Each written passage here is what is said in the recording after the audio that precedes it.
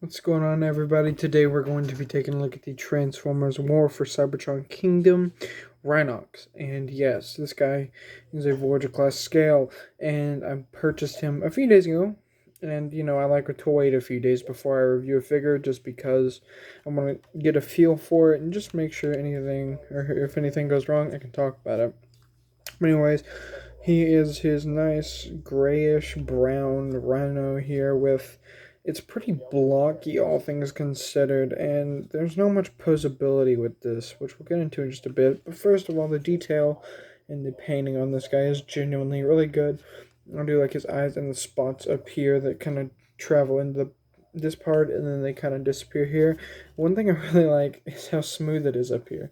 It's a little bit bumpy back here, but it's a really nice smooth up there, which looks really good. But before we do the size comparison stuff, his mouth can open, which is cool, I guess, and you can see the little head in there. But yeah, one thing I do want to complain about is this, but you're not going to be displaying him like this unless he's dead. Haha, funny. Remember that episode of Beast Wars where Rhinox just couldn't quit farting? That was really funny. Anyways, size comparisons now. Here he is with the other two Kingdom figures I have. Yeah, here we go.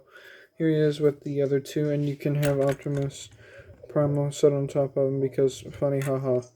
Anyways, let's go ahead and get into the posability on the Rhino mode. Arms can move forward that far, they can move out. Inward bend in the elbow, or I guess the elbow. Then a very slight swivel at the back feet, and that's it. That's it. So let's get into his transformation.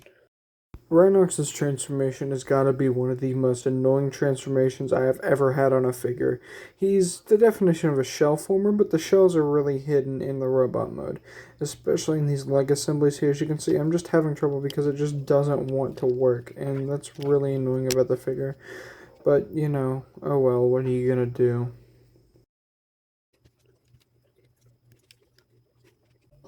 So, Rhinox's robot mode here looks okay. As you can see, I have his included weapons, which I forgot to mention, which are pretty nicely detailed and painted. But I just hate this thing. Now, it's not me saying it's a bad figure necessarily, but, it's just not all that good in my opinion.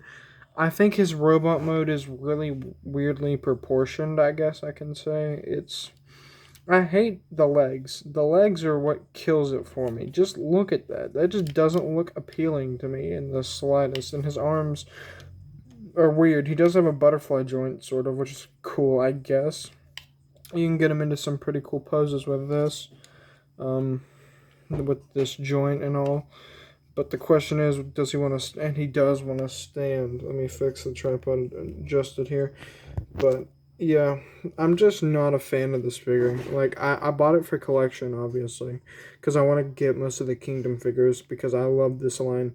But just this guy, after two absolute bangers of figures, being Primal and Cheetor here, these were two amazing releases. These two figures are really amazing in my opinion. And then after those two just insanely good figures, we get Rhinox here, which is just a mess in my opinion. I don't like it. But I guess we can't get into his posability, which that being a ball jointed head. Shoulders are on sword joints that can bend back and forward due to the transformation. Arms can hinge out, bend at the elbow, a rotation at the elbow. He does have a waist swivel, which is hindered kind of by the rhino on his back. Swivels at the legs. Very tight rotation here. And he has a double jointed knee, which is pretty cool, I guess. Foot pivot, and that's about it. That's about all you're going to get with this guy. But with... I would say the robot mode is at least like a 4 or a 5 out of 10, but just the transformation and the... I'm perfectly fine with the Rhino mode. The Rhino mode itself is like a good 8 out of 10. The Rhino mode is great.